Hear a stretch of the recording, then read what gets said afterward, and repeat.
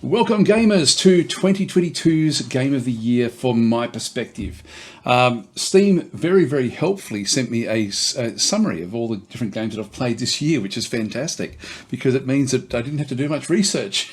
I was dreading going back through, and I was going to have to look at all my recordings, the whole lot. It was going to take me weeks to actually go through and actually make a list of the best games of the year, because this has been an incredible year for gaming. I really thoroughly enjoyed this particular year. I can't stress how much higher the bar was set this year than pretty much in any other year, which again, I'm just blown away by. It's been a fantastic year for strategy gamers. So anyway, I'm going to be using this list to sort of help me. I have now got myself a bit of a list, but before we do that, I wanted to show you a few little things. Actually, before we even get started, I will be, if you join me on my live stream next week, which will be in 2023, so I'll be releasing this one on New Year's Day, basically. So this one will be a couple of days after that. 2 days after that, I'll be doing a live stream on my normal chat tactic stream at whatever time that is for wherever you are in the world. It's always the same time of the day. It's 4 a.m. for me, but anyway. And I'll be going through the whole list. So I'm just going to go through the full list because it's amazing to look back at what actually was done this year in games. And I've gone through and sort of tried to isolate my top 10. I'm down to a top 20. Sorry guys, I'm going to rattle through them a bit faster than what I normally would, I guess. But I've got a top 20, but I've done it a bit differently, and I'll explain a little bit why I'm sort of doing this one and why this is actually a different approach. And it all came from this. When I was having a bit of a look through, when we sort of skimmed through, you can see I've played 143 different games I've played this year, of which 86 were brand new games. So there's a lot of games there for me to actually choose from. You can see there the most time I spent was with Distant Worlds 2, Age of Wonders Planetfall. I also spent a lot of time with as well.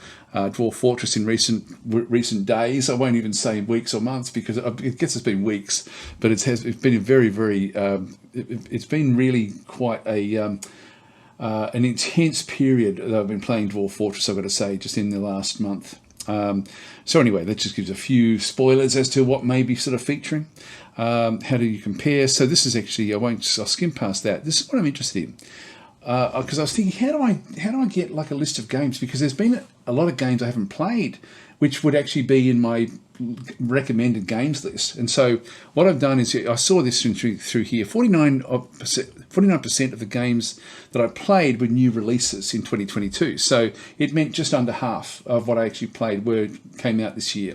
But for you guys, the average is only 17%. So you only focus on 17% of the current games of the year.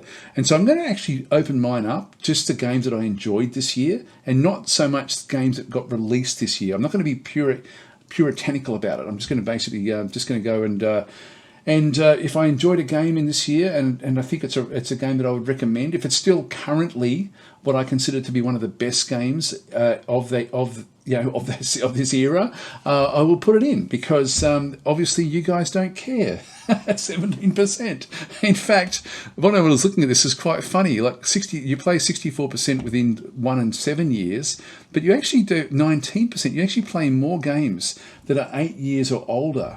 Now, I'm not going to go back that far. I'm just going to keep it within modern eras, but we're going to keep it within the 1080p era or above. We're not going to go back into the good old DOS games or anything like that.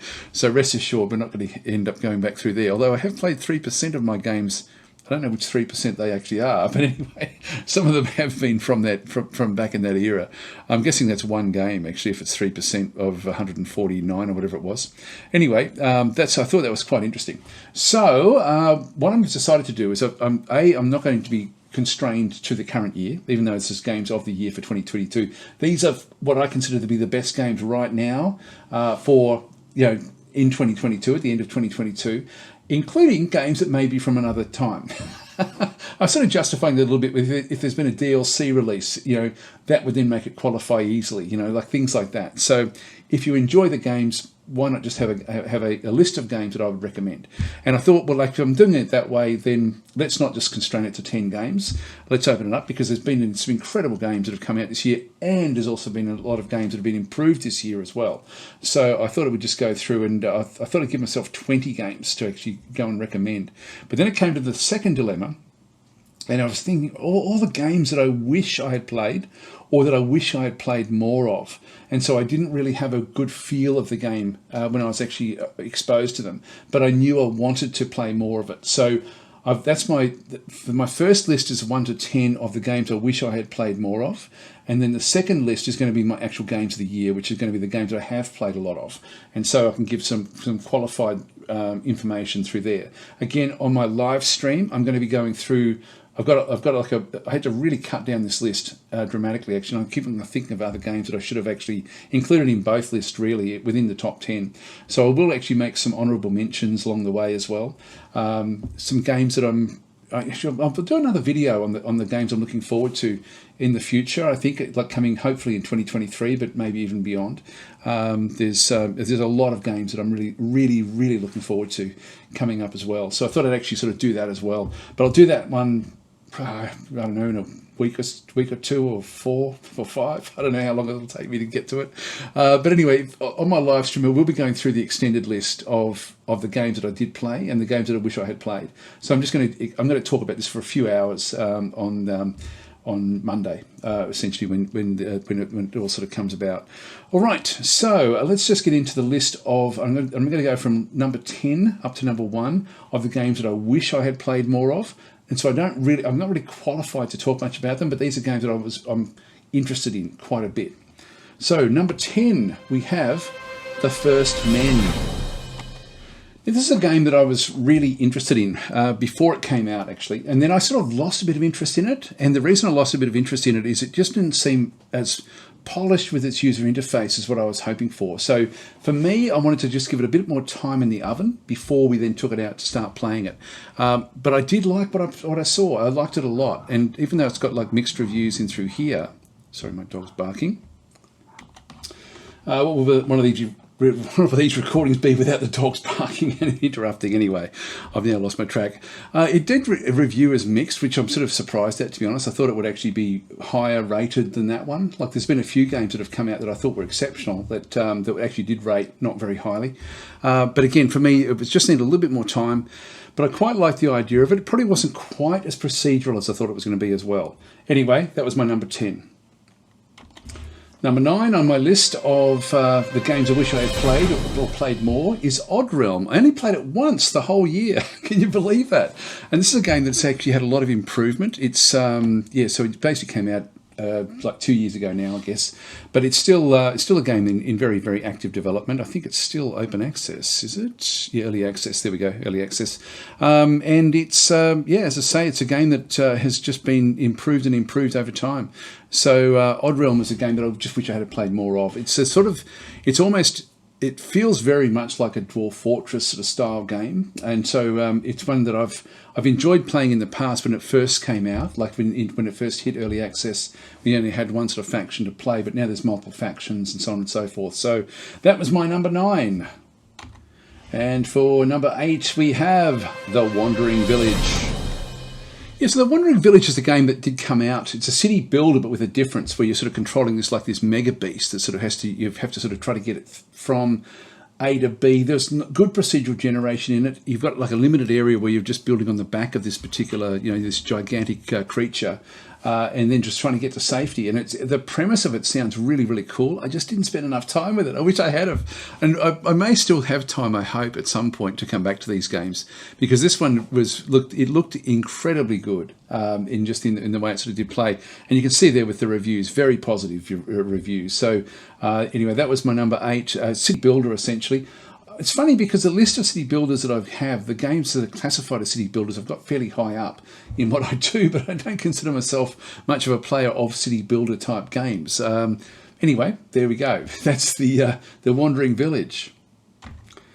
Now, number 7 is a game I've actually been looking forward to playing for quite some time. I just didn't get any time with it. I've got a fair few of these on this list. My number 7 is Victoria 3. Now, Victoria 3 has come out with sort of mixed reviews, as you can sort of see through there. But I don't know, I still love these sort of games. I love the era that they're from as well. Like I love the Victorian era of history, the Age of Rifles. It's sort of one of those things where it's sort of undercooked in terms of gaming quite often. But I've enjoyed the previous Victoria games, and so I have been looking forward to playing this one. This is probably the one that I thought I would play more of and just didn't have time to play it. So I do hope to, again, get into this one. And again, with a lot of Paradox games really don't come into their own until a fair few months after their release. And so who knows, this one may be on my next year's list of actual games that I've played that what I would consider games of the year for 2023. So anyway, that's Victoria 3. As I say, haven't really played much of it. Looking forward to playing it, and probably I'm in no great rush because I know that the game will be improved with the various the various comments that do come through. It will improve slowly over time. Anyway, that was number 7. Now, number 6 is an interesting one because number 6 is not in my Steam library. That's because it's only available on the Epic Game Store. And that's probably the reason I didn't play much of it. I tend to not play many games from the Epic Game Store. I've done them a couple of times over the years, but I've got to think about it. And I just normally go to my Steam library, see what's there, and play it. And this particular game is Galactic Civilizations 4. I quite like the Galciv games. The one thing I don't particularly like about them is the combat, but everything else I like about them, like the shipbuilding, the tech trees, the actual factions, except for this one little fairy faction. I forget what they're called. I don't think it's the Snathy, or maybe the Snathy. Anyway, I don't like them, which I sort of I find them a bit frivolous. But I think that this game, and I've hardly played it this year. It's a game I wish I had played more, and because as I say, I do enjoy it. I think when it does come to Steam, I will then sort of get into it again and play it a lot. And so this, again, it's a game that I think will feature in next year's hit list of the best games, I would think. It's got a lot to like about it. I just wish that it had more meaningful space combat. And that's probably the one big failing, I think, with this particular game. And same with Stellaris. Like, Stellaris doesn't actually make this list. And I was thinking, I had it in the list, and then I thought, I should really talk about some of the other types of games. And so Stellaris is now my number 11 in this particular list, but it was in my top 10. But then I just was thinking, look, Galciv 4, Stellaris, for me, it's got the same sort of issues with that lack of tactical abilities in combat. And so they're probably the areas that's the reason, essentially, that Stellaris, I thought I'd cover both Galciv and Stellaris. They were both around this area, actually, like around number 6s and stuff. And I thought, look, I wanted to get the First Men in there. There's a few other games that I wanted to just make sure that they squeaked into the top 10, and that meant at the expense of Stellaris, unfortunately, which I think certainly does deserve a high level. So I do want to still mention it, even though we're sort of talking about Galciv 4 here. But I think that when Galciv 4 comes to Steam, I'll start to play more of this, and I am looking forward to playing more of it. So we return to Steam. That was the only Epic Game Store that I actually game that I actually put into the list, by the way. Number 5 is a game that, again, I thought I was going to cover this a lot this year, and but like I mean a real lot, because I love it. I absolutely love playing this game, and it's called Worldbox. Yeah, so it's sort of hailed as the Worldbox, the God Simulator, and it really is. It's a brilliant game. I play it on my Android, so I'm quite familiar with the game. I only played it 4 times this year, the whole year, and it came out basically a year ago. So so it really is technically from the previous year, but it's a game that I would highly recommend if you do like God-style games. This one allows you to set up and thing I like about this as well, by the way, is that you can set up these different parameters for different civilizations. The civilizations will just run themselves. You can then impact things by dropping different sorts of things in on them, whether it be beasts or disasters or good things as well. You can be beneficial. But I think I'm glad I'm not a god, because I think I wouldn't be a beneficial god.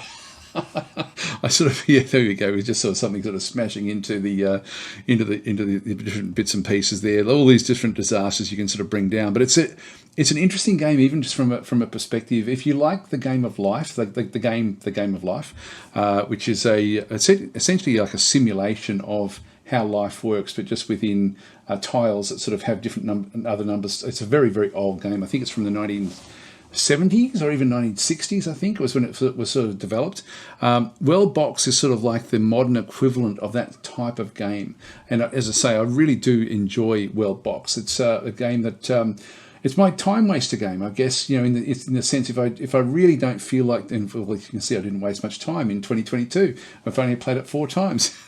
But on my Android, it's one of those games where like of an evening, I don't play it very often, but it's a game that I do enjoy playing for the simple reason it's just you can just watch it, you set it up and watch it, and it's like it's like sort of mindlessly watching television.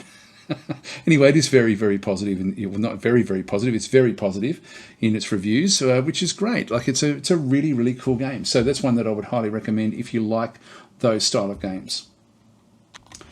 Okay, so now the next 4 games, and these are still in the games I wish I had played more of, they're all 4 of these. I could shuffle the order, and I wouldn't be unhappy with the order that they end up coming in.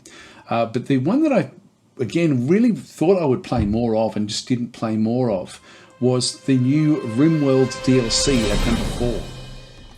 Yeah, RimWorld Biotech is the DLC, and it has transformed RimWorld. It really has. It's just incredible what it's got. Like, I did actually do a bit of research about it, so it's not a game. I'm not unfamiliar with it. Like some of the other games where I just didn't play enough of them.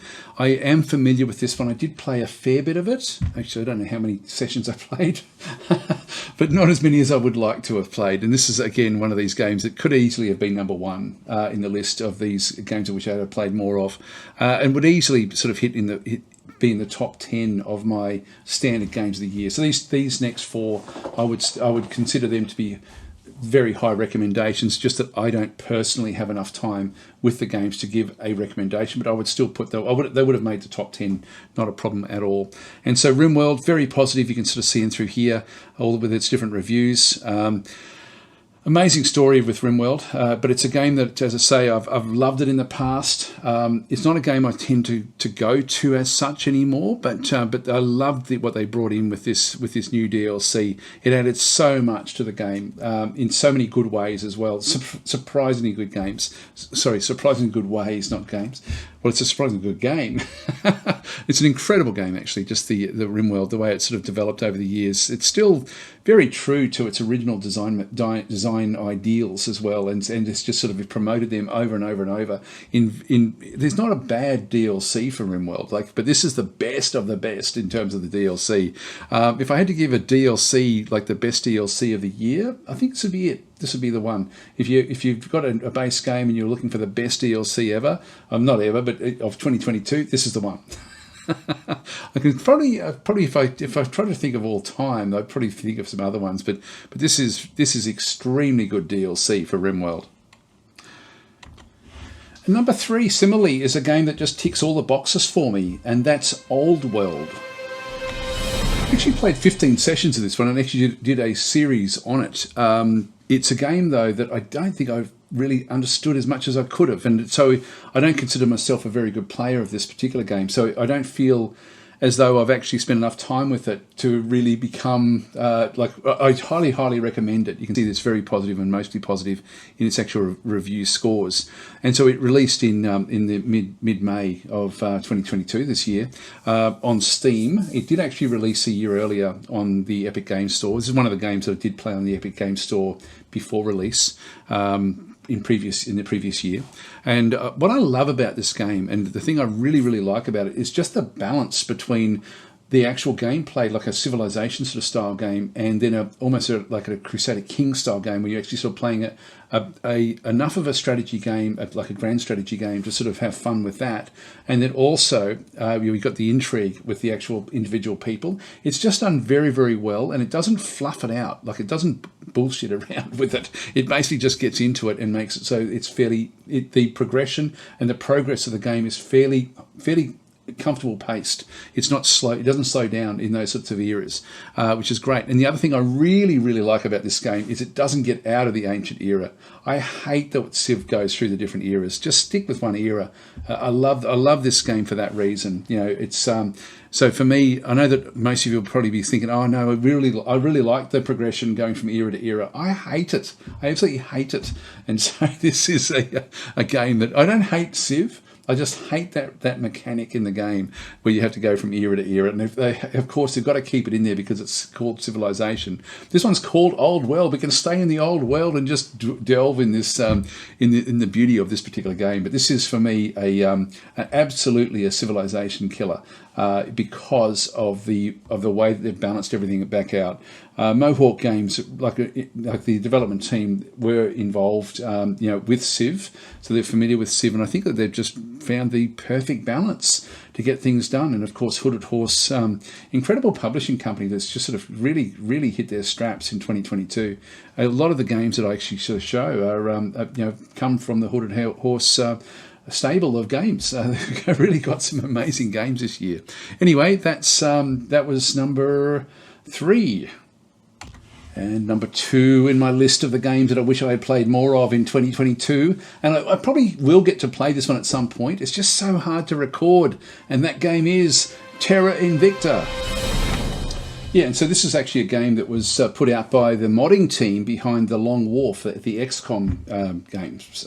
So they've got a big pedigree in being able to sort of build different sorts of things into games, but then this is their first actual game that they've made, and it's the scope of this game is just absolutely incredible. But from a YouTuber perspective, or from someone who's particularly doing live streams, and I know that so many of you asked me to play this game, but it scares me because it takes so long to go from the initial phase of the game where you're sort of playing almost like a political espionage type game before you get into the space combat game. And I don't want to spend the 20 odd hours to go from that phase into the phase that I'm most interested in, which is the space combat.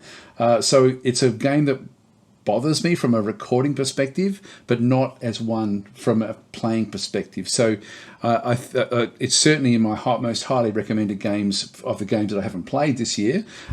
So I have only played a few sessions of this one, just a handful of times. But as I say, it's just that progression beyond the first bit that does actually sort of worry me. Again, this is another Hooded Horse game, part of their stable of games. A game that, it certainly should be one of the most recommended games of 2022, in my opinion. I think it's incredible what the game actually does bring, but it's not a great game to do as a recording. So hence, I didn't really cover it, and I don't know if I would be able to cover it. It's a game I would like to play more, but I just haven't had time to go and play more of it. And so my number 1 game, and again, remember that the first 4 from RimWorld up, you could really shuffle them any which way you like. And so I've never played this game. I've seen it. I would love to play it, but I do have trouble getting access to these games from the developers. So this is a game that I would have loved to have actually covered. Anyway, the game put it as number 1 of the games that I wish I had have played this year, and that's Warhammer Total War 3. I've always enjoyed Warhammer, and I like the combat system in the Warhammer style Total War games. Not so much the historical ones. I find it's a little bit boring for me. I don't particularly like it. Also, I don't particularly like real-time games, but I do like the real rock, paper, scissors aspect of the Warhammer style games in the Total War genre of actual games itself. But as I say, because I don't cover the historic ones very often, they won't give me access to these games that I really, really want to be covering. So unfortunately, I don't get the chance to actually sort of show these games off from the actual developers. So I'm blaming the developers and publishers on this one. To be fair, I've stopped asking. I used to ask a lot, and it was very, very hard for me to ever get anything from them, and so I don't bother anymore. And maybe I should bother, because this, I think, would be a game that I would love to have put on my channel this year, but it wasn't to be. Anyway, that's my number 1 for the games I wish I had played, or played more. In this case, wish I had played, is Warhammer Total War 3.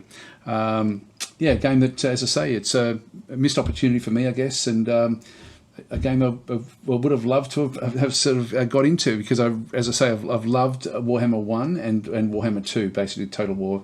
Total War Warhammer 1, Total War Warhammer 2, and I wish I had played Total War Warhammer 3 as well. All right. It's now time for us to delve in and actually look at the actual games that I played, the ones that I'm familiar with enough to actually give detailed recommendations. I'll try not to spend too much time. We're already sort of nearly half an hour in with this particular video, and I don't want it to go for too long.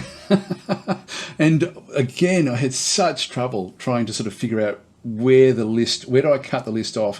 What do I get out of the list to bring other things back up into the list? And there's some games there from 11 to 15 that I'm thinking, God, they should all be in the top 10. Which, again, if you're wanting to watch these, I'd like for me to go through these other videos and other sorts of games. I'll be doing that on Monday after this release. So that will be, what day would that be for you guys? I'm guessing that will be I guess it'll be the second. It'll be the day after this one. I'm actually recording. I do those live streams on my Tuesday, so it's always like I'm always a day ahead. But it's live for the rest of the world. It's usually Monday. So anyway, my top 10. I'm just going to start with number 10, and we'll work our way up to number 1. By the way, there may be some surprises with some of my top 1 and 2.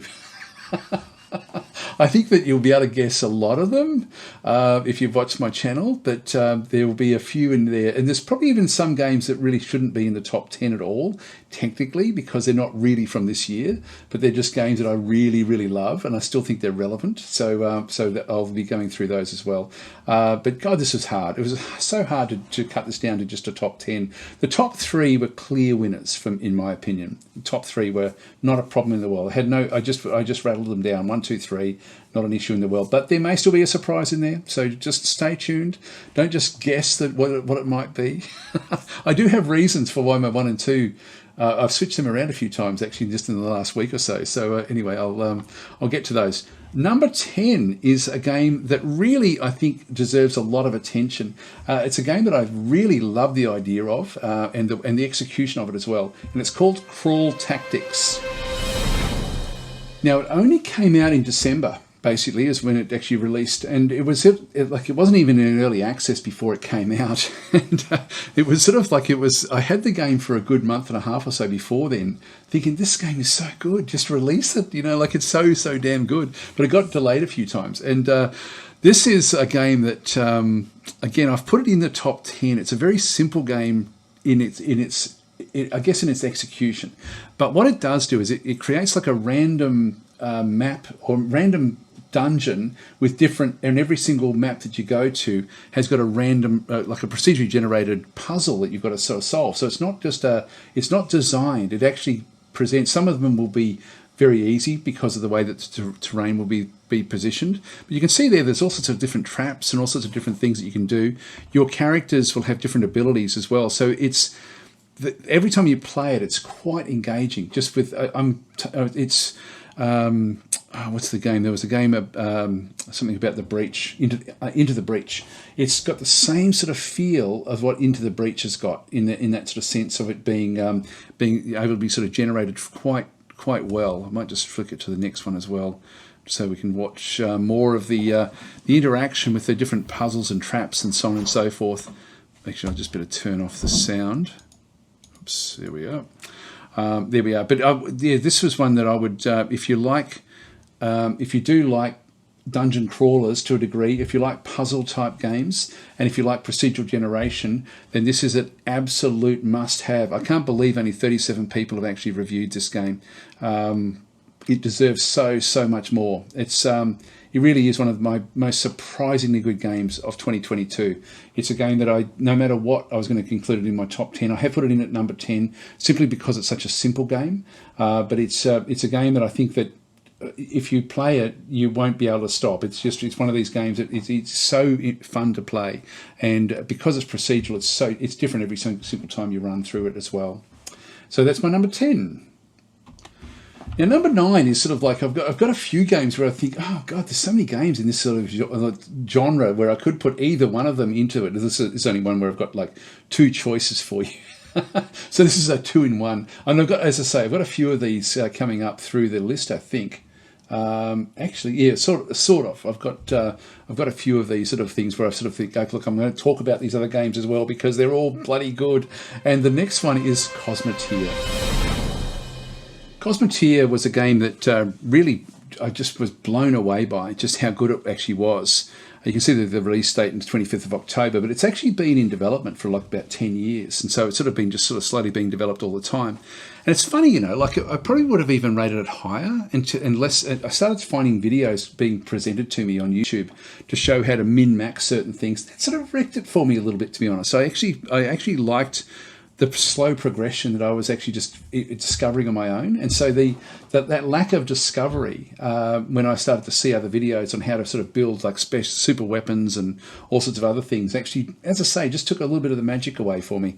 And so be aware of that, because it's a game that's fun to just fiddle your way in and have some fun with. But as soon as you start to min-max it, like most games, to be honest, most games, once you start to min-max the way that you play them, some of the magic goes out of them, and I found that a little bit with Cosmoteer. The other game is Stardeus, which is very, very similar. Stardeus also released this year within weeks of Cosmoteer as well, and that I could have put either one of them in this slot. I put Cosmoteer because I think I had more actual enjoyment when I was playing it before I started to figure out the min-maxing of how to actually sort of go about it. But one thing I would definitely put Cosmoteer on your look at list, and Stardeus as well. In fact, I may even show it because I think it's worth showing. Yeah, so Stardeus essentially came out within a couple of weeks of Cosmoteer. Similar sort of game where you're sort of like putting together bits and pieces in space. You're sort of getting space rubbish and combining it into an actual spaceship. Again, a game that I'm going to be coming back to a lot. I think both Cosmoteer and this one will be games that will. I've got a funny feeling that with the development of Stardeus, the developer, I think it's only a single developer actually, but he is a very, very responsive to what the community wants. You can see there, again, very, very positive sort of scores in through here as well for the actual game itself. And so this is a game that I think if you follow this one's in its early stages of development, whereas Cosmoteer, as I say, have got 10 years of development behind it. I think that both games are exceptional, and Stardeus, I wouldn't be at all surprised if this is one of the games in the top 10 of next year as well, for me anyway. I like this idea of not having to be constrained to the years that they came out. Actually, I hope that you guys don't mind me doing that. It's a bit of a liberty, but I like it. I like it because I can just talk about the games that I enjoyed this year the most. Okay, so number 8 for me is the most interesting city builder that I've played since I very, very first played The Settlers, way, way back in the early 2000s. This, for me, when I started to play it, I was blown away by it. Again, it's one of these games, it's only number 8 in my list because I just didn't know where else to sort of put it. But again, it could sort of be anywhere. If you like city builders and you like procedural city building where there's different sorts of things to solve, I think that you'll like Against the Storm. This game is exceptional. You can see there, overwhelmingly positive is the overall reviews. Very positive is the recent reviews. Again, another Hooded Horse game in through here. Amazingly good game. It's a game when I first saw it, I thought, oh, I don't really want to be playing a game with these little cute foresty creatures and stuff like that. But oh my God, this is so different and so good. And every single time you play it, it's different. The different parameters. It's just going to get better and better and better and better. And so, for me, as I've actually recorded a heap of content for this one, and then I just have to keep on redoing it. I've actually recorded something like about 5 different series of it, not just videos, series, where I've gone into like maybe 4 videos and before I've then thought, I really should be showing this. And so I've uploaded nothing at all, but I've actually played a lot of the game. So I'm very, very familiar with the game. Absolutely love it as a city builder, and I'm not really much of a city builder style gamer, to be honest, but from a city builder perspective where you've got just such procedural generation, all these unknown parameters that come into the game, it's just the game mechanics are exceptionally good. Like this really, again, could have, if you're into city builders and you like procedural generation, this should be a number 1 game for the year, I would think. It's that good. It really is exceptional. And the one thing I like now about the different characters that come into it, it's got a very much a Dark Crystal vibe about it for me, which I quite like that movie. So that's the sort of like the feel of it. So even though it looks childish in its presentation at times, the actual execution of it is very, very well done. And the different creatures that you have to sort of help build you with your cities, they don't actually have all sorts of different stats that matter. They've got their basic stats from whatever race that they're from. So it's very easy to think, okay, well, look, that one's good at building, or this one's good at meat production, and so you can put them into the right sort of slots. And I like that because it doesn't complicate the game in any sort of way. It actually simplifies it. So anyway, that for me is my number 8. Okay, number 7 is a game, again, that's actually had some big improvements in 2022. It actually came out some time before, but it has improved a lot this year. And so I think it deserves to be looked at again this year. And again, this could have sort of slotted anywhere, sort of in the top, from number 4 downwards, down to number 10 in my list. I really didn't, in the end, sort of choose much where things actually were. But Interstellar Space Genesis, or ISG, sometimes it's referred to, is my number 7. Yeah, so the base game came out in 2019, but there has been some other DLCs that have come out just recently, or either big updates or DLCs. I'll just have a quick look. Evolving Empires, I think, might be it's 2020. This is 2022. Evolving Empires. And look, to be honest, it didn't add a hell of a lot to the game, the Evolving Empires, in the sense of the overall enjoyment. But the game itself has actually been improved. You can see there that it's only got mixed reviews for this particular DLC. So the base game itself is actually... So I might just go back to that so we can just have a look at the base game. Actually, that's going to show us. Yes, it will. It's really... like you can see that it's very positive. This is the closest thing to a Master of Orion 2 game that we've ever had, really. It's very, very cool the way it sort of does work. It's very simple, and one of the things that the developers like Praxis Games have been doing over the years really has just been to make it so that it's more what the players want from the game, more so than what they want to put into it. So they're actually now trying to find ways to give user interface or user experience make it much more meaningful, and that's actually something that is very, very cool with this game. It's one of those things where it really does. It's enhanced by it. So and it's just getting better and better and better. So the graphics look very 1990s sort of style animation. So early 2000s style animation, I guess. They probably are the worst thing about the game. But overall, the actual gameplay itself is very, very solid and a lot of fun to play as well. It's sort of like a lot of games, I guess, that, and I think of games like Old World, where it doesn't sort of get bogged down in the detail too much about what's happening. Has got a nice pace. And Interstellar Space Genesis would be that space style game for me that would actually tick those boxes. Again, this is one of those things where I was thinking, do I put Galciv 4 in here? I haven't played enough of that one, so I'll put it back in the other one. And same with Stellaris, I didn't put it back in, but all 3 of those games would sort of be around this number for me. So Interstellar Space Genesis, Stellaris, and Galciv 4 for me are all about equal pegging in terms of space games that you may enjoy. The difference with ISG, which I do like a lot, is that it's got a nice, simple way of actually having the tactical battles done. You actually control the tactical battles in a meaningful way, which so many of these other games don't do. And I don't know, I wish that they would. It's all turn-based as well, Interstellar Space Genesis. So it's a fully turn-based game. The tactical battles are meaningful, and you do get to sort of do what you need to do in them. It's just a cool game. It's really good fun. Anyway, that's my number 7. Now my number 6, I'm gonna cheat here again. I've got 2 games that I love. I absolutely love them. In fact, I've got a few more of them. I've put a couple back to back in here, and I sort of would like to just crowbar in one more in amongst this little group of old games that I really so thoroughly enjoy.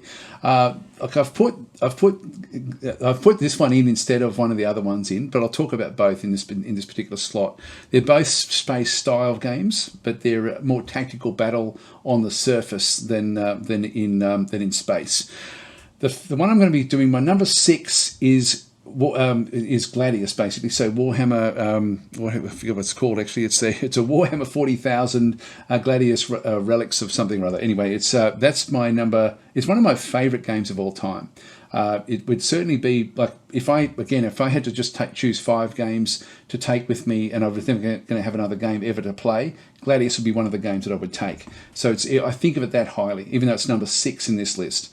But it's a game that you should really, really have a good look at if you haven't played it before. And I think at the moment, it's on special. Like if you're watching this at around the turn of the year. Anyway, let's have a look at Gladius. And so Gladius is a game, like it's set in the Warhammer 40,000 year Relics of War, Gladius Relics of War, Warhammer 40,000. With all the DLC now that's come into it, the DLC has really added a lot to it this year as well, by the way. So I feel justified in presenting this as a 2022 game, even though it came out in 2018, the actual base game.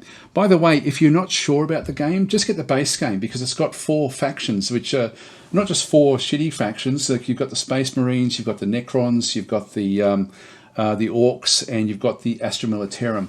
That'll give you a really good feel for the game if you're wanting to get it. And I think at the moment it's on special.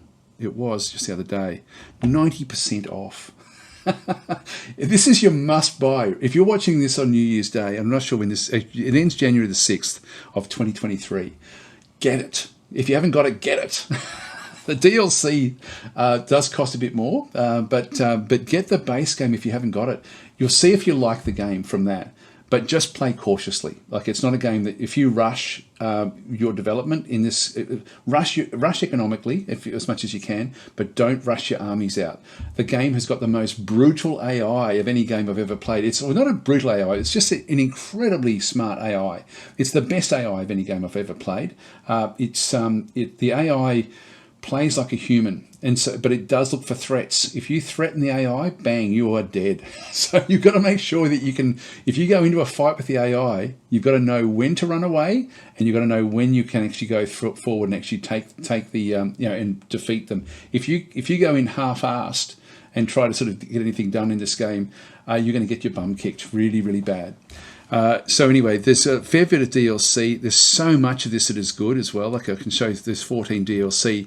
The most recent ones, which I haven't played much of actually, is Adeptus Sororitas, which came out just a couple of weeks ago. So this one I haven't actually. I want to do a series on this. This is probably my next big go-to thing that I want to actually play. I've played a little bit of it, but I really like the idea of this one. This is a great DLC. If you're like this one came out in November of 2021. Wow, I thought that was actually this year that this one actually came through. Like the escalation packs add new units to all of the factions. So when you get an escalation pack, you do get a collection of other items, but they're not essential. But some of the actual factions are. So some of the factions are really, really cool. We're not going to get any pricing off. By the way, this is Australian dollars, so it's going to be even cheaper than if you're buying it with American dollars. Now, the Adeptus Mechanicus is, you can see, very positive. This is a difficult faction to play, which makes it fun if you're a veteran of the game. So if you're new to the game, probably don't jump into Adeptus Mechanicus until you get used to how the game actually plays, but then get Adeptus Mechanicus. It's one of the best factions in the game that I've played. I've played a lot with Adeptus Mechanicus. Some of them I don't love myself, but again, they rate highly. Like you can see, very positive there for Craftworld Eldiri, like the elves. You've got the Tau back and through here as well. Again, very positive reviews in through that one. I'm just going to go the Chaos Space Marines, very positive. I was surprised that the Chaos Space Marines were, I think, were the most popular of the DLCs that have been added into the game from what Slytherin had said. Slytherin are the developers or the publishers of the game itself, not the developers. The Tyranids I love this one as well. It says only mostly positive, but I would have that as really high up. I just love this game. It's just a great game, and I think because Adeptus Sororitas, which even though I haven't covered it yet, came out this year, I feel fully justified. Despite all the things that you guys are saying, I feel fully justified in putting this into my top 10 list. You're all probably thinking, we got ripped off in this session because all these are all old games, but some of them aren't. But at least I can say yes, there was a good DLC that came out this year. But this is a game that really should be in your games library, and particularly with it being on special at the moment. So that is my number 6. I was going to talk about another game actually, which I really wanted to put into my top 10, and I thought, I just can't do it. Because I was trying to keep it like I had no excuse to put it in, and that's Planetfall, Age of Wonders Planetfall. I still love that game. I still love playing it, but there's been no real new releases of that one this year, so maybe not. I'll just mention it here when I'm talking about Gladius. Again, Planetfall is also, like Gladius, one of the games that I would, if I had 5 games to take with me, Planetfall would be one of those games. Gladius would be as well. So there we go. There's a few little bits and pieces in there. I mean, even the next game I'm going to be presenting is another one that I'm a little bit stretching the friendship here with it being with it, and it will feature in next year's as well for a different reason. But anyway, let's go and go on to the next game. And I guess, look, if you know my channel, if you know what I like to play.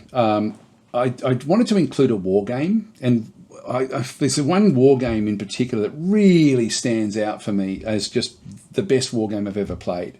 And even though it didn't come out this year, there is more DLC underway, which will come out next year. But the game is brilliant, absolutely brilliant. And that game, for number 5, I've got Shadow Empire. Yeah, this was, for me, just such a good game when it came out. It came out in 2020, like basically 2 years ago, was when it came out in December of 2020. But it's been sort of like just progressively gotten better and better over time. Not dramatically so. Like it actually launched as a pretty damn good game, to be honest. But it has been sort of improving a little bit by little bit over the course of the last couple of years. And there will be some new DLC coming, which is there's no secret about that, which will then bring ocean worlds into the actual realm of it. But just for me, this is the only other game that does anything even close to the depth of the planet generation that this game actually does is Dwarf Fortress. Now, Dwarf Fortress takes that like planet generation to a whole other level, but Shadow Empire does as well. And so for me, I find that really inspiring whenever I play it. Every single planet that gets generated is based on real planetology type sort of parameters, and so it's sort of built in different ways. But of course, it then has different sorts of life and all sorts of different things that sort of are randomly generated on the planets.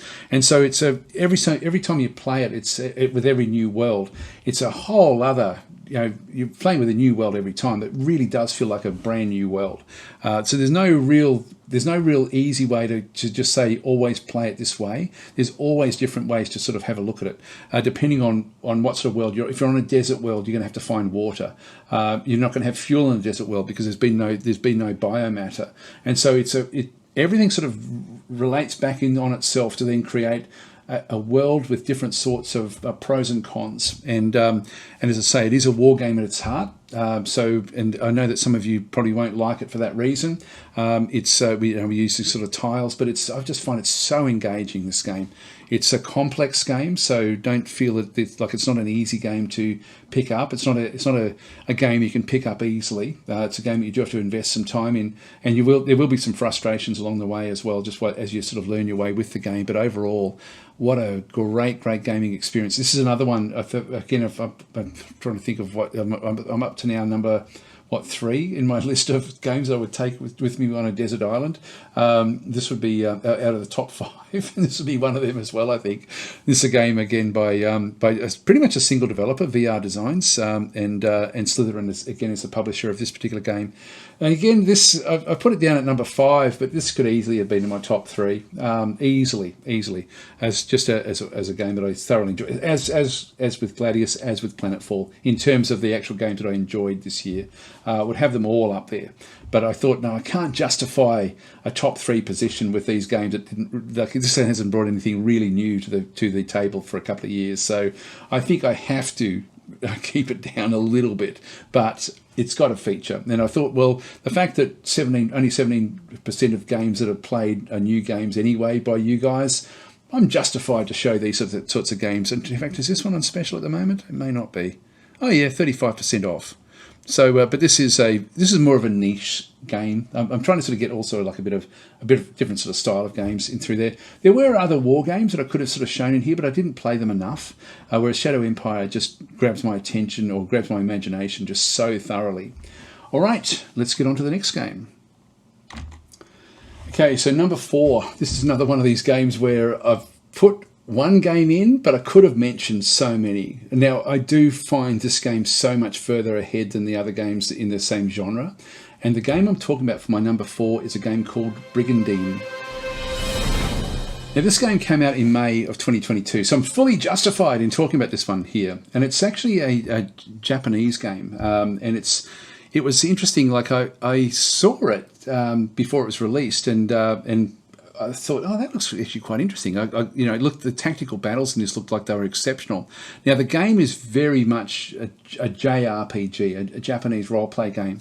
The thing that struck me about this, though, is that the role-play aspect has got so many different parameters for whatever might happen. There's so many different avenues through with the storylines that even, like, and I'm not really interested into JRPG sort of storylines myself, but I was impressed with just how open that was. If you do like the storylines, I tend to just ignore them all the way through and just play the actual game itself, because the base game as a strategy and tactical battle game is really, really solid.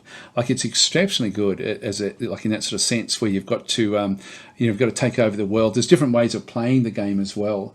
And it's a game that I played a lot this year. I've thoroughly enjoyed it as a strategy game. The JRPG side of things is probably a little bit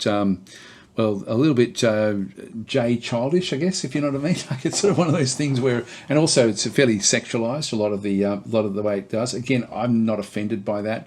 Some people may be. So just be aware that there are some. I guess some people may sort of be put off by some of the graphical representations of particularly the women, I guess, in the game. But it's I say I'm old school. I like it. I thought it all works in very, very well. I just skip past the JRPG style of things, but it is a really, really good strategy game. Absolutely loved it. So it's definitely, for me, an easy game to put outside of my top 3 and put right up there.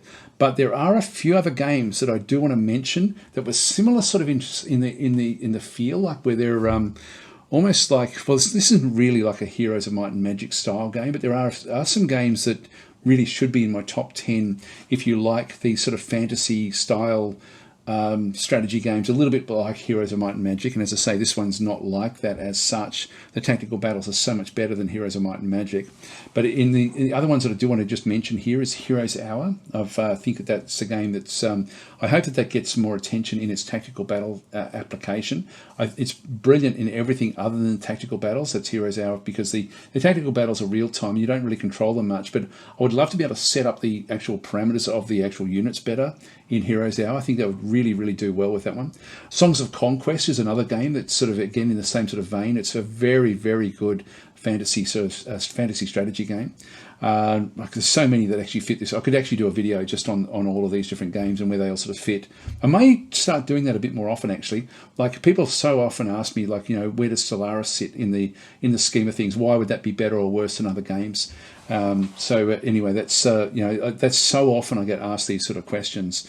What else have we got in there? We've got Shadows of Forbidden Gods. I don't know if I mentioned that one. Symphony of War. Yeah, there's a fair few of them that actually sit inside this little area. Now, one thing I haven't actually put into any of these is like board game adaptations. And in one sense, I guess this is a little bit like that. It feels like a board game adaptation, but I haven't really put any real board game adaptations in here. Again, I'll cover those, I think, on my Monday stream, like tomorrow.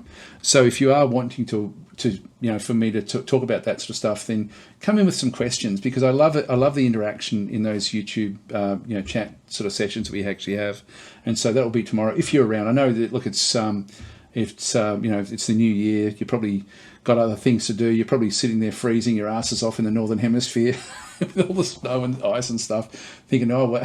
So if that's your case and you've got nothing to do, then bounce in and join us. And if you've got any comments or suggestions or questions, then just fire away. It's great, actually. So anyway, that was my number 4, Brigandine. Highly, highly recommend it. It's an absolute surprise packet for me. I really wasn't expecting to enjoy it anywhere near the amount that I did this year, but it really was one of the top 5 games that I played all year, actually, according to the Steam list, which we'll go through in detail tomorrow. Anyway, that's the top 4. Now we have the top 3. Now these were sort of like a whole other rung above the other games for me, just in terms of my own personal enjoyment. So let's go back and start with those. And so, without further ado, we'll just get into it. Number 3 for me is the new, or the remake of Master of Magic. Now, I played an awful lot of this year. I was sort of I had early access to it as well. I was in the beta process, so I've had the game for a long period of time. But it only came out a couple of weeks ago in December. But I've played hours and hours and hours worth of this game and loved it. Absolutely loved it.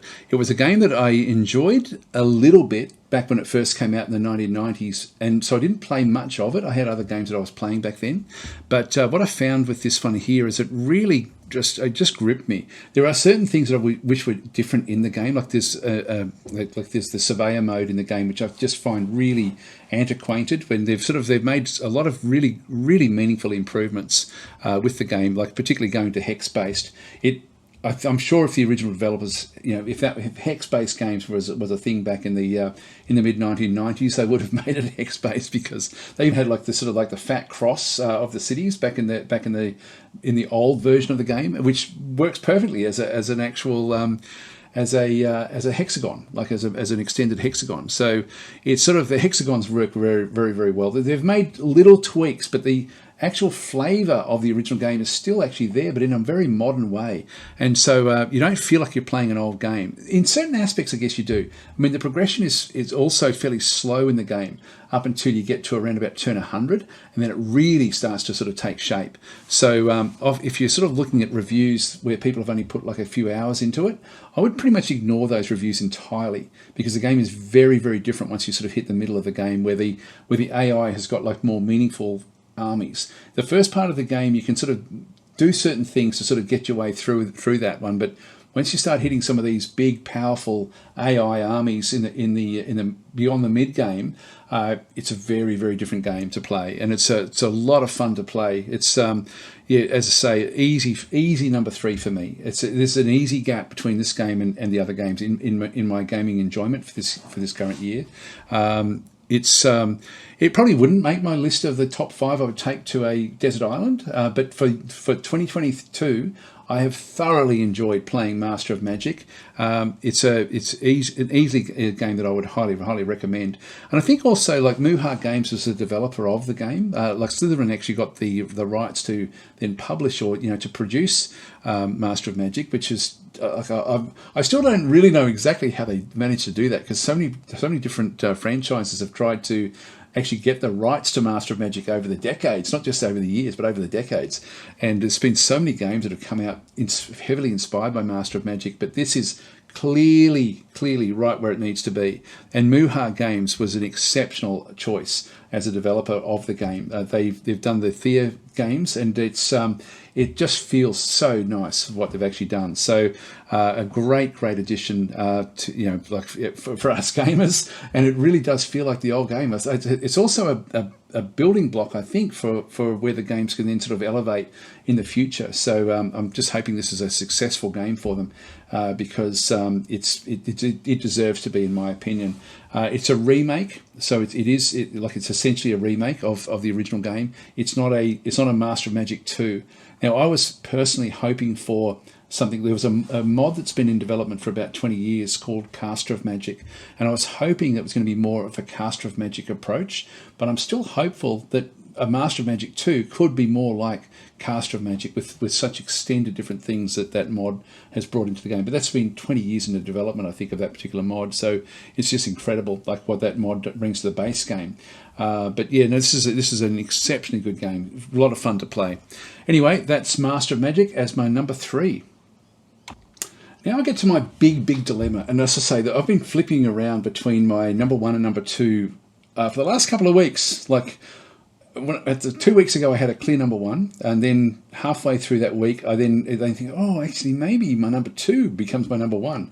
And then something happened during the week that then did actually cement my number 2 spot. And so I've got slightly a bit of taste in my mouth, which is the only reason it's dropped from the equal number one basically down to number two, and it really is equal number one in reality. These are both further ahead again than number three slot. So number three was a clear number three. Number one and two really toss a coin and look at what actually happened. I'll announce my number two, then talk about what actually happened with this one. My number two for 2022, and it only just came out this year. In fact, both these games only came out this year. So my number two is Dwarf Fortress. Wow, what a game! You can see overwhelmingly positive 15,000 reviews have actually been made on the game, which is just amazing. Now I'm guessing there will be some rose-colored glasses, in amongst that lot. But oh my God, this is just such a great addition for a game that is 20 years old, essentially, that has been in constant development ever since that time. I'm so happy for the developers like Bay 12 Games and Kid Fox Games as well. Have done a great job here, just amazingly good job. And like the brothers who actually did it had basically given it as a free game up until now. And so this Steam version of the game with the graphic interface, and it's not just a veneer. And I was worried it was just going to be a graphic veneer over the top of the on the top of the free game. And it's not. It's very well done. I was sort of hoping for something that extended a little bit up towards where you can get like different tile sets for Cataclysm Dark Days Ahead, which is a similar sort of game as the original Dwarf Fortress. Quite complex to play, ASCII driven, like at its heart, which is what the original Dwarf Fortress was as well. But this goes well beyond. Like everything that you see in the game is really so well done. It's just brilliant. Now, why is this my number two and not my number one? And as I say, in reality, it's an equal number one for me. The reason is that I actually the game has still got some bugs in it. It only just came out in the 7th of December, so very recently. There's still some bugs in it, and one of those bugs actually destroyed some of my save files, which actually cost me like a few days worth of recordings to sort of get back to where I was, and that did piss me off, I've got to say. So that's the reason it was relegated number two. Not a very good reason, at all, but it's a reason, and I needed to find something to latch onto to actually just sort between my number one and number two. But this, as I say, is such a good game. It's already my third most played game of the year, and I've only had it for like 3 weeks. So it's sort of, that gives it some perspective of just how much time I've been putting into it. I've played just the third amount of any other game I've played for the whole year, and I've played a lot of games this year, and I just can't stop playing it. I'm having such a lot of fun with it. It's a few little things. I'll talk around that as well. Like I've been putting together a series actually on my channel for Dwarf Fortress. It's sort of like a half tutorial, half let's play. So it's a bit of a combination of both. And I've been having a lot of fun with that as well. And I've actually been illustrating each of the series. So yeah, the thumbnails basically, I've sort of been just illustrating them as I go. So these are essentially the videos that I've been sort of putting out in the last few weeks and things. It's actually, I'm happy with the numbers of views that I'm actually getting from these. It's sort of almost reinvigorated my channel a little bit, which has been great because it's been very difficult over the last couple of years with YouTube. They sort of stopped supporting or promoting my videos, which is really pissing me off. But anyway, these seem to sort of be picking up a bit more traction again. So I've had a lot of fun with these, and I will actually just as a bit of an aside to this as well. It sort of prompted me to then go and make a T-shirt based on these illustrations, because people have been quite taken with the style of the illustration. It's been fun doing them, to be honest. I'm going to go and make sure that I actually illustrate the thumbnail for every single one of these. I'm doing them in large format, so I could actually do other things with them. And the first thing I've actually made from this is a T-shirt. There will be a hoodie coming out as well, possibly even by the time you're watching this. So there's T-shirts and hoodies available right now. Eventually I'll have a coffee mug as well. Like I've got a DasTactic one, available in the same store. There'll be a link in the description to the game store. Anyway, but I've got a whole wraparound area, and I could actually use the same illustrations to start to build something. Anyway, that shirt is here. Yeah, so it's shop.dastactic.com. So shop.dastactic.com. I've got like Life in the Fortress, which is the shirt, and you can see there it's just got a series of the different illustrations. I've taken the episode information off it and just sort of made it as a Life in the Fortress sort of style. It goes up to 4XL, down from extra small up to 4XL. So you've got good sizing in through this one as well. The hoodies will also have a good size run. I do like this. The people who put this together, these are produced in the USA. I think there's a production house also in Europe. And the shipping costs aren't dramatically bad, by the way, either. So I chose these mainly because the shipping costs out to Australia are usually terrible, and they weren't very bad with the group that actually put all this together. But that's that's essentially the artwork there, and it's I'm really quite happy with it. So anyway, I shouldn't inject these into these videos. Let's get back to actual Dwarf Fortress and talk a bit more about that. Actually, I just realised I've even playing in the top corner of the screen. You'll sort of see I've got like I've got my DasTactic logo, which I made into a Dwarf Fortress style logo, and I've got that playing in the top corner. I've had that there the whole time. Didn't even notice it. Oh well, I've been doing so much Dwarf Fortress content that I made my logo into the Dwarf Fortress logo and then animated it. So anyway, that's if you do follow me on Twitter, on Twitch. Twitch.tv/DasTactic. Again, links in the description.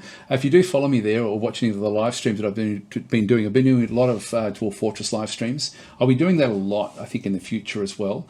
And I have now just released that little graphic up in the corner there as an emoticon. I think you've got to write DasTac dwarf, and then it then sort of shows up as the emoticon for like an animated Dwarf Fortress sort of flaming head. Anyway, that's beside the point. Let's just get back into the actual game itself.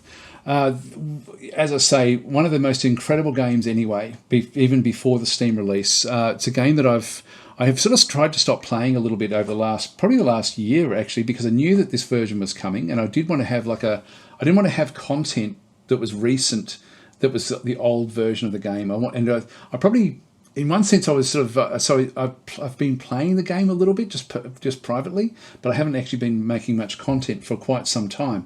And so when this one came out, I was so happy to get back into it. It's a game that I've actually missed a lot. I thoroughly enjoy playing it. And yes, it deserves the overwhelmingly positive rating that it actually does have, except for the save file problems. And it's been great to sort of see the success they've actually had. Like I'm so happy for them, the brothers that actually put the game together. Just amazingly good.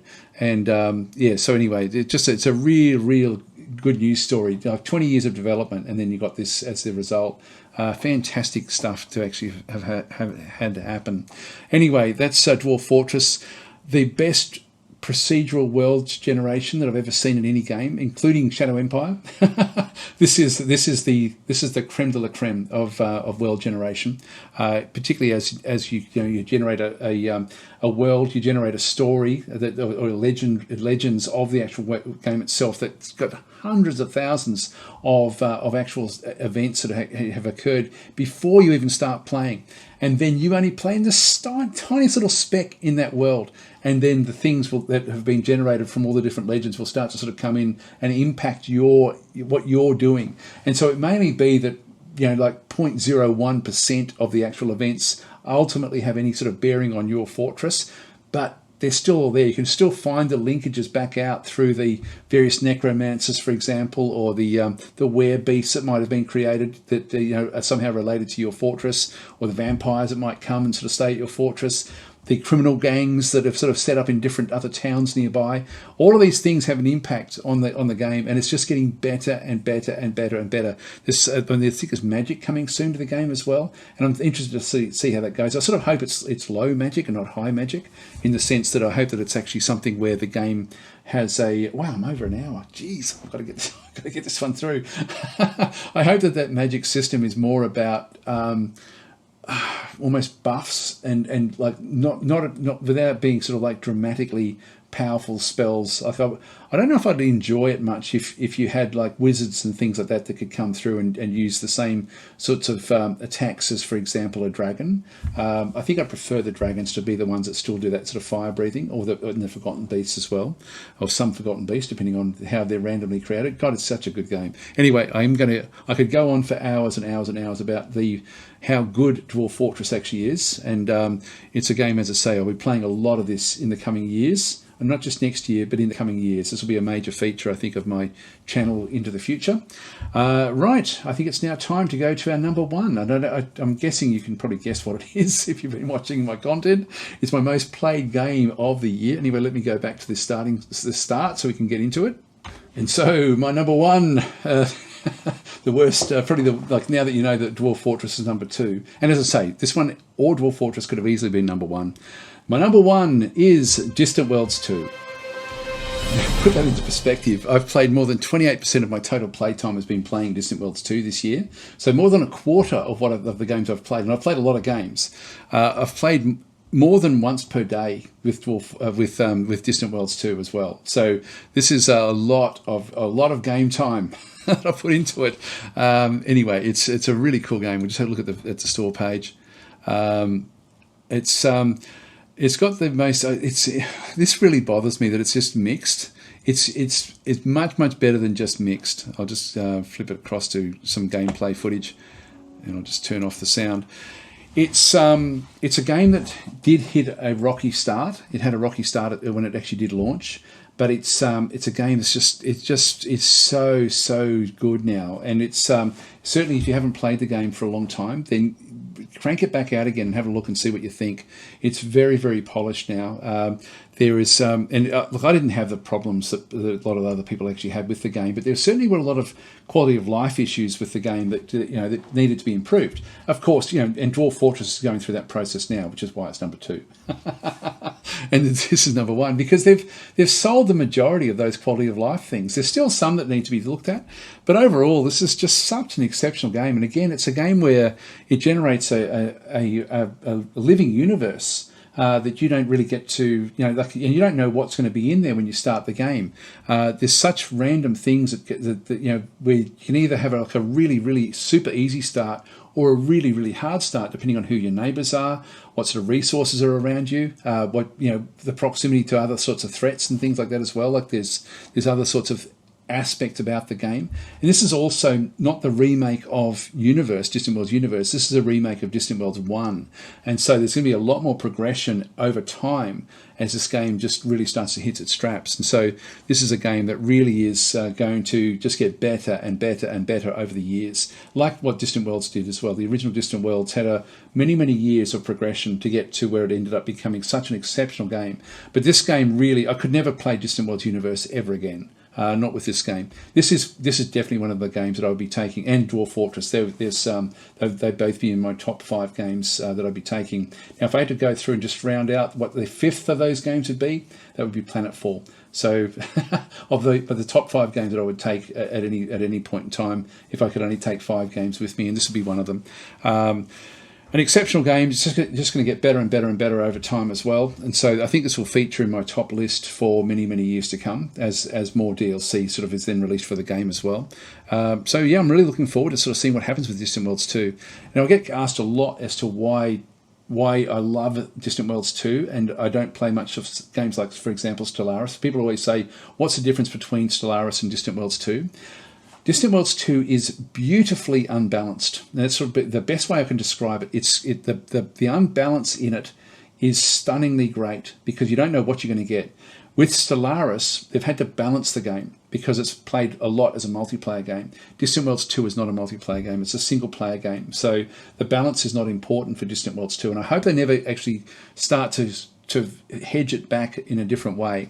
The reason I love this game also is that the ship combat is like there's a lot. You can have a lot of ships in the combat itself, but every single gun fires from a different trajectory, and so the actual trajectory of the gun matters as well.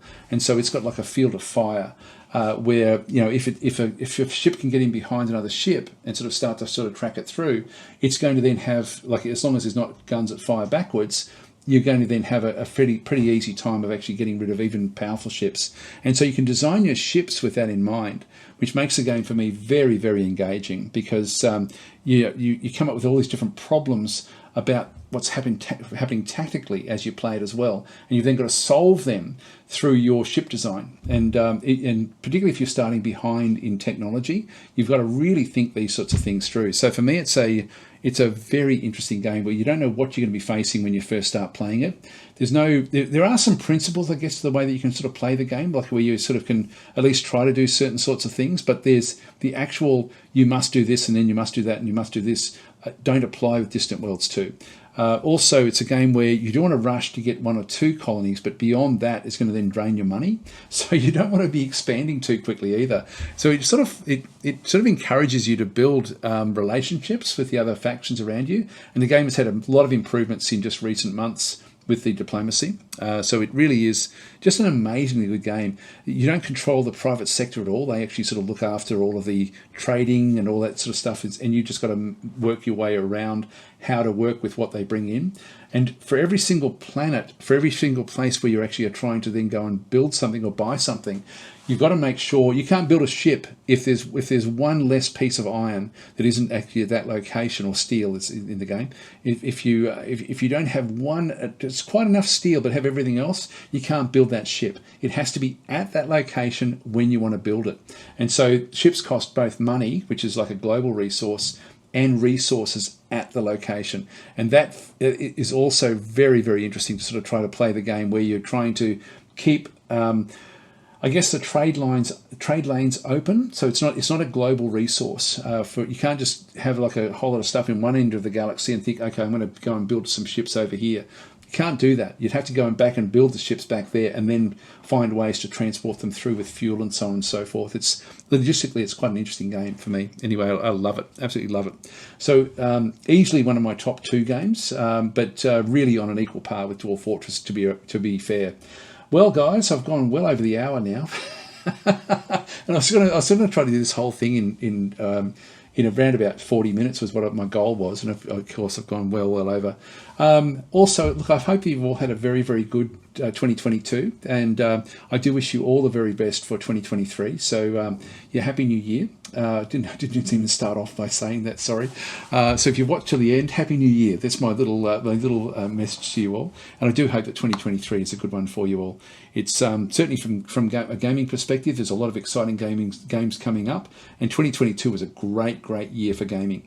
Anyway, I'll hopefully, if I don't see you on one of the other videos, or if you've I won't see you as such, but certainly come along tomorrow when we're doing the live stream. If you are wanting to sort of have a look at all of those different games, I'll just quickly go through and touch on a lot of the other games that weren't really mentioned, that should have been mentioned in this list. I've got like a big long list of games that I should have actually spoken about, but it would have then gone for hours and hours and hours, which is what I'll do tomorrow when we do our live stream.